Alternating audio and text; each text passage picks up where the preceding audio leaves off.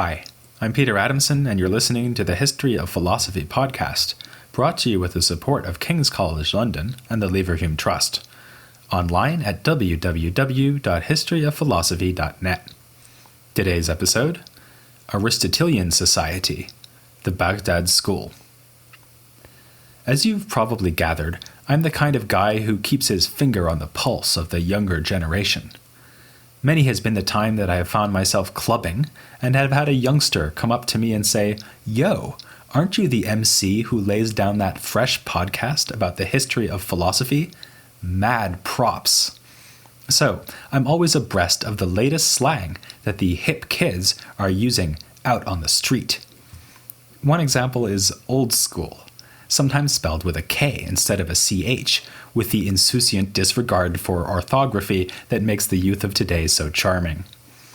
I am reliably informed that if you are old school, or indeed kickin' it old school with a K, this means that you are evoking an earlier era, for instance the early hip-hop of the 1980s.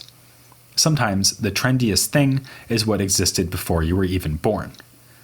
In fact, nothing is more old school than kickin' it old school. They've been doing it pretty much ever since school was invented, and to be more specific, on the mean streets of 10th century Baghdad. Well, maybe not on the actual streets, to be honest, which were no doubt terribly crowded and noisy. As the center of the sprawling Abbasid Empire, Baghdad was one of the largest cities in the pre-modern world, and larger than any medieval European city.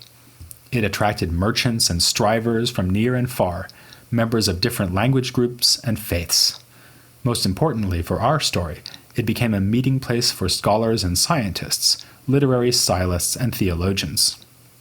In this and the next few episodes, we'll begin in Baghdad and then cast a wider geographical net, looking at aspects of the intellectual ferment of the 10th century.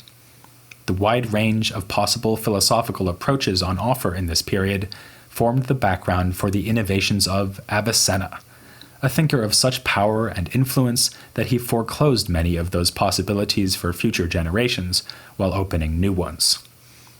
Among the philosophical movements in the 10th century, the most old school, and the one most frequently criticized by Avicenna, was the so-called Baghdad Peripatetics. They were a group of mostly Christian thinkers who staged a revival of the philosophical activities of late ancient Alexandria. Unlike Al-Kindi and other scholars of the 9th century, the Baghdad school was able to draw on a full range of texts from the Aristotelian tradition. Of course, this included Arabic versions of Aristotle's own works, often made by members of the translation circle gathered around Hunayn ibn Ishaq. They also used translations of commentaries from the Alexandrian tradition and made their own contributions to the transmission of philosophy into Arabic. The man usually credited with being the founder of the group was Abu Bishr Mata, and the leading member of the school in the 10th century was Yahya ibn Adi. Both were Christians, and both translated works by Aristotle and various Aristotelian authors, like Alexander and Themistius. However, it seems that they were making their Arabic translations mostly or always from Syriac rather than Greek. This shows that among Christians, the Syriac language was still important for the study of Aristotelian thought right up into the 10th century. For the later tradition, though, the most famous member of this group was one who, exceptionally, was a Muslim, Farabi. I suspect that his fellow Baghdad Peripatetics would have been stunned to learn that of all the philosophers in the school, only his name would loom large in the history of philosophy. There are several reasons why he is better known than his Christian colleagues. For one thing, he was, unlike them, a major contributor to political philosophy. His writings on politics, and especially the relation between philosophy and religion, would have an impact on later thinkers in Andalusia, including the great Averroes and Maimonides. For another thing, his contributions in logic were outstanding enough to be commended by Avicenna, who was otherwise quite scornful of the output of the Baghdad school. Ultimately, some of Al-Farabi's works would be translated into Latin and used by medieval thinkers in Christian Europe, something we cannot say of Abu Bishr Mata or Yahya ibn Adi. It's interesting that the Baghdad school followed the lead of its Alexandrian model by bringing together philosophers of disparate faiths. Just as in Alexandria, the pagan Ammonius taught Christians like John Philoponus, so in Baghdad, Muslims like Al-Farabi could have Christian students like Ibn Adi. Though none of the core members of the school were Jews, we can add that Yahya ibn Adi wrote replies to questions on philosophical topics sent to him by a Jew named Ibn Abi Sa'id al-Mawsili. Their polite and learned correspondence can still be read today. As we'll see in a future episode, Al-Farabi's views on religion are perfectly designed to allow philosophers to exchange ideas at a universal level, which transcends sectarian disagreement. Yet, as in the case of late antiquity, this pleasant narrative of collaborative intellectual activity does not tell the whole story. We saw that pagans like Ammonius had to tread carefully so as not to annoy the Christian authorities in Alexandria, lest they suffer the same fate as the Platonists at Athens, who saw their academy shut down by imperial edict. The Christians at Baghdad were under no comparable pressure from Muslim political authorities, as far as we know, but there is evidence of heated interreligious debate, as well as interreligious cooperation. When discussing Al-Kindi, I mentioned a short work in which he used Porphyry's logical introduction to attack the Christian doctrine of the Trinity. His arguments are preserved only because they were quoted by Yahya ibn Adi in a counter-refutation. Ibn Adi also seems to have had a surprisingly intense interest in Islamic theology, or kalam. He discusses kalam arguments in several works, including another refutation of the doctrine of acquisition. According to this doctrine, God creates the actions which humans then acquire so as to bear moral responsibility for those actions. Again, we'll be looking at that in a future episode. Not enough work has been done on Ibn Adi for us to be sure why he engages with Islamic theologians in this way, but he doesn't seem to be too impressed. More generally, it is certainly not the case that the Baghdad Peripatetics all understood philosophy to reside at a lofty height of abstraction transcending religious concerns. Ibn Adi wrote numerous treatises defending his conception of the Trinity. If I can ask you to kick it old school for a moment, please cast your mind back to our discussion of the Trinitarian debates of late antiquity. As we saw, those debates featured two opposed views about the person of Christ. On the Monophysite view, Christ was a full unity of man and God. The Monophysite position was diametrically opposed to that of the Nestorians, for whom Christ had two natures and two so-called hypostases, a duality that could preserve Christ's full humanity and full divinity. Centuries later, Ibn Adi is still fighting the same battle, writing apologetic works in Arabic that use Aristotelian philosophical ideas to defend Monophysite Christianity and criticize Nestorianism.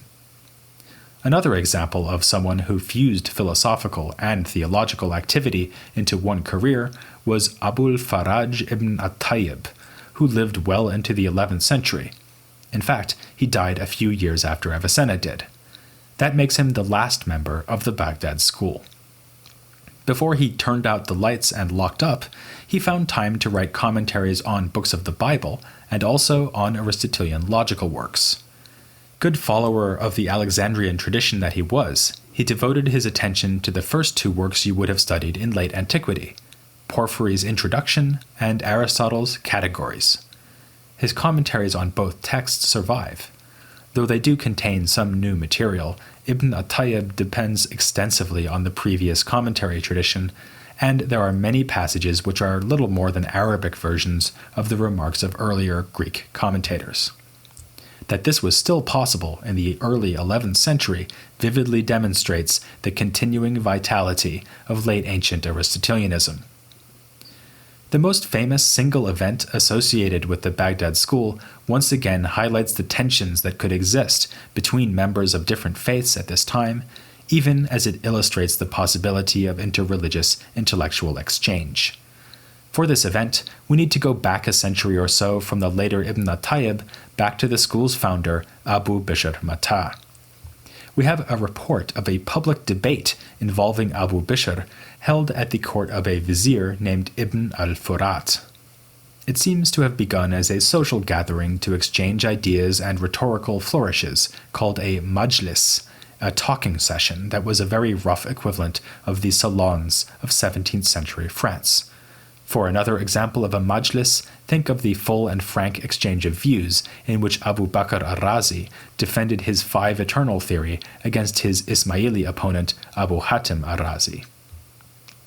Unlike the argument of the two Razis, though, Abu Bishr was drawn into a more formal debate when the vizier asked those present whether someone would be willing to step forward and refute the grand claims Abu Bishr made for the Aristotelian science of logic.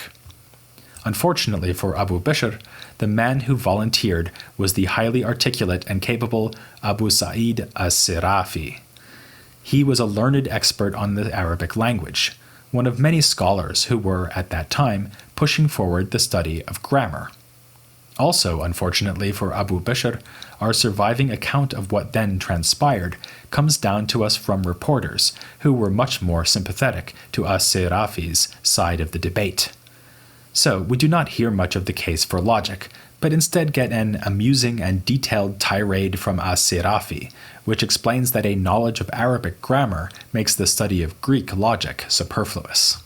Adherents of Aristotle are simply being pretentious when they extol the power of logic, priding themselves on mastering this art from another culture.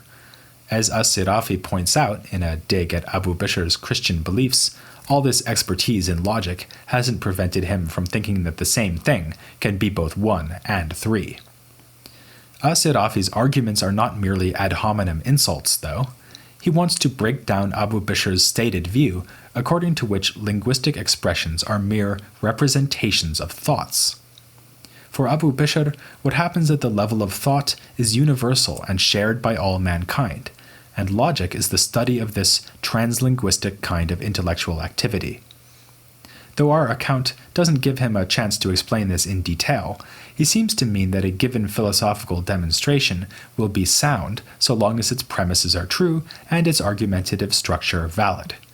It is irrelevant which language one uses to then state the demonstration.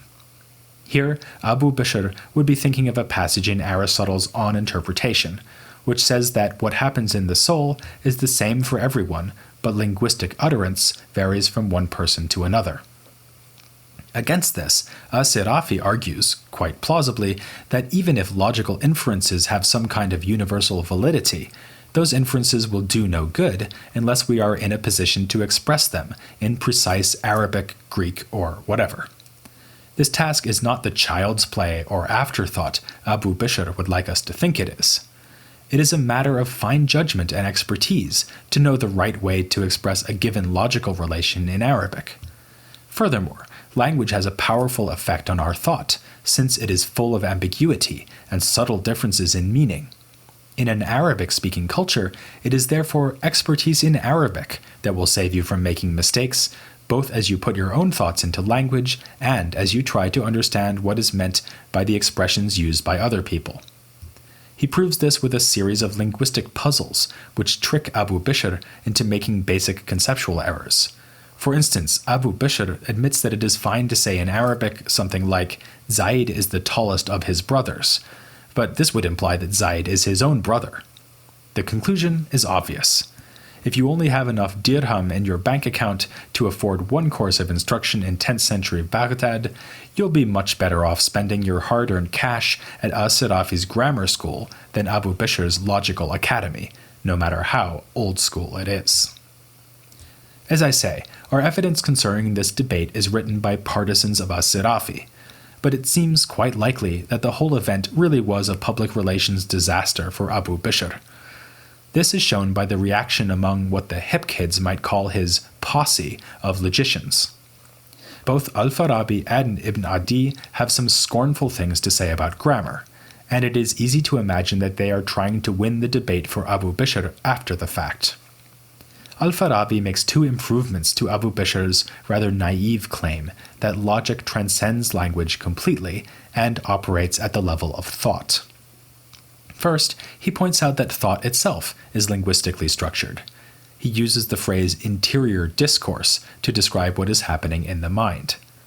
Second, he says that logic operates both with this kind of interior discourse and at the level of the external speech we use to communicate with one another. Yet logic remains universal, just as Abu Bishr said. When it deals with actual linguistic expressions, it concentrates on features that occur in all languages. It simply ignores those features that are specific to the language being used, which are the object of grammar. These are indeed a potential source of confusion, but no part of the rigorous search for truth. Thus, grammar is relegated to the study of the parochial and superficial, leaving logic to be the indispensable tool for all mankind. What Al-Farabi is saying here has several advantages over what we find ascribed to Abu Bishr in the record of the debate with As-Sirafi. For one thing, he avoids an implausibly sharp distinction between language and thought. Also, his view makes better sense of what Aristotle says, always a big advantage for members of the Baghdad school. After all, the Organon, as Aristotle's logical works were collectively called, is full of observations about language, and not only about logical validity. As we saw when we looked at ancient Aristotelianism, there was then a debate about the subject matter of the first work of the Organon, the Categories. Is it about words or things? The prevailing view was the compromise offered by Porphyry. It deals with words insofar as they refer to things. This is still the formulation we find in the Baghdad group, so that they could hardly exclude the analysis of language from the study of logic. This comes through strongly in Yahya ibn Adi's contribution to the debate about the relative merits between logic and grammar. He wrote a short treatise devoted specifically to this topic. He admits that grammar and logic have a lot in common, as they both deal with verbal expressions. They differ in their goals, however. Grammar is, again, a relatively superficial and unimportant discipline. It ensures that we follow conventional rules. He has in mind things like agreement between subject and verb, or, in languages such as Arabic, making sure that feminine nouns get modified by adjectives that are also feminine. But grammar by itself will not help you say anything true. If you ask a grammarian whether you can say, Buster Keaton is a giraffe, he will give you the go-ahead, because what you have said is not grammatically wrong. This is not Ibn Adi's example, by the way. Logic, though, is the study of, you guessed it, verbal expressions insofar as they refer to things, and has as its objective the production of demonstrations, and hence of truth. That might make it sound as if logic is not just indispensable to philosophy, but is in fact simply the same thing as philosophy. If I can attain demonstrations of the truth by using logic, then what else is left for the rest of philosophy to do? That impression might also be given by a slogan about logic, which is found in ancient commentators and then repeated by Abu Bishr and other members of the Baghdad school. Logic is an instrument by which one knows true from false and good from bad. As grand as that sounds, it's important to note that it is still only an instrument. Indeed, this is the meaning of the Greek word organon. It does not identify truth or the good by itself, but is the indispensable tool that helps us to do so. How exactly does it help? For a well-considered answer, we can turn to another short treatise by Ibn Adi. He explains that logic allows us to extend what we already know to be true, by combining together these truths to reach new conclusions. Logic will tell you, for instance, that if you know that A is B, and that every B is not C, then you can infer that A is not C. But that won't provide you with any truths about the world until you substitute in verbal expressions for the variable letters. For instance, if you already know that Buster Keaton is a silent movie comedian, and that every silent movie comedian is not a giraffe, this logical scheme will allow you to infer that Buster Keaton is not a giraffe. Try doing that with grammar. Ibn Adi was nicknamed the logician, from which you might already expect that this defense of logic over grammar was not his only contribution to the field. Another interesting logical work of his is called On the Nature of the Possible. It is devoted to dealing with an argument that will be something of a golden oldie for regular listeners to this podcast, the sea battle argument that Aristotle discusses in On Interpretation. Very unusually, Ibn Adi combines an independent treatise on the deterministic argument with a commentary on the relevant chapter from Aristotle. To remind you, the argument is that if there are already truths now predicting what will happen in the future, then the future events cannot help occurring. They will be necessary. For Ibn Adi, what this means is that there will be nothing that is merely mumkin, an Arabic word that is usually translated possible, but could be more exactly rendered as contingent. What is mumkin, or contingent, is neither impossible nor necessary. For instance, we naturally think that it is merely contingent and not necessary that you're listening to this right now. You could have done something else, after all. Like the late ancient Christian thinker Boethius, Ibn Adi is particularly concerned with the version of the sea battle argument that invokes God's knowledge of the future, rather than truths about the future in general. And, like Boethius, he says that what God knows can be merely contingent, even though God's knowledge has the full force of necessity. For the features of the knower are not shared with the features of what is known. He adds an example. Without changing, God can know about things that involve change. For instance, he has eternally and unchangingly known about your listening to first the beginning, then the middle, and now nearly the end of this episode. And God knows you won't stop listening now. If this is right, then God can likewise know necessarily things that are in themselves contingent. So, the only reason to fear that God's knowledge makes things necessary would be if God actually caused them to happen by knowing them. This is, however, not the case, as Ibn Adi shows by going through the 4 types of cause recognized by Aristotle: form, matter, final cause, and efficient cause, and showing that God's knowledge does not fall under any of the 4 types. There was no Latin-Arabic translation movement for Ibn Adi to draw on, so obviously he is not here being influenced by Boethius. The overlap between their solutions is instead explained by the fact that both are making careful use of the Greek texts written at the end of Antiquity by Neoplatonic commentators on Aristotle. In fact, these 2 Christians, Boethius and Ibn Adi, are, ironically enough, making use of a distinction originally introduced by the arch-pagan Neoplatonist Iamblichus. It was he who first argued that the features of knowledge, for instance necessity or immutability, are those appropriate to the knower, not to what is known. The remarkably close engagement of the Baghdad school with these late ancient scholars is also abundantly clear from one of the most fascinating manuscripts we have for this period of philosophy. Held in the Dutch city of Leiden, it contains an Arabic translation of Aristotle's Physics, further translation of comments by Greek thinkers like Philoponus, and additional commentary by the Baghdad Peripatetics. With texts like this, the old school of Alexandria was revived in the new school of 10th century Baghdad. The Aristotelians of Baghdad may not have had a lighthouse to look at, like they did in Alexandria, but they did have a philosophical heavyweight. He was their star pupil, and before we graduate to another topic, I'd like to give him a close examination. So, bring an Apple, or if you prefer, a PC, to class next week and join me for Farabi, here on The History of Philosophy Without Any Gaps.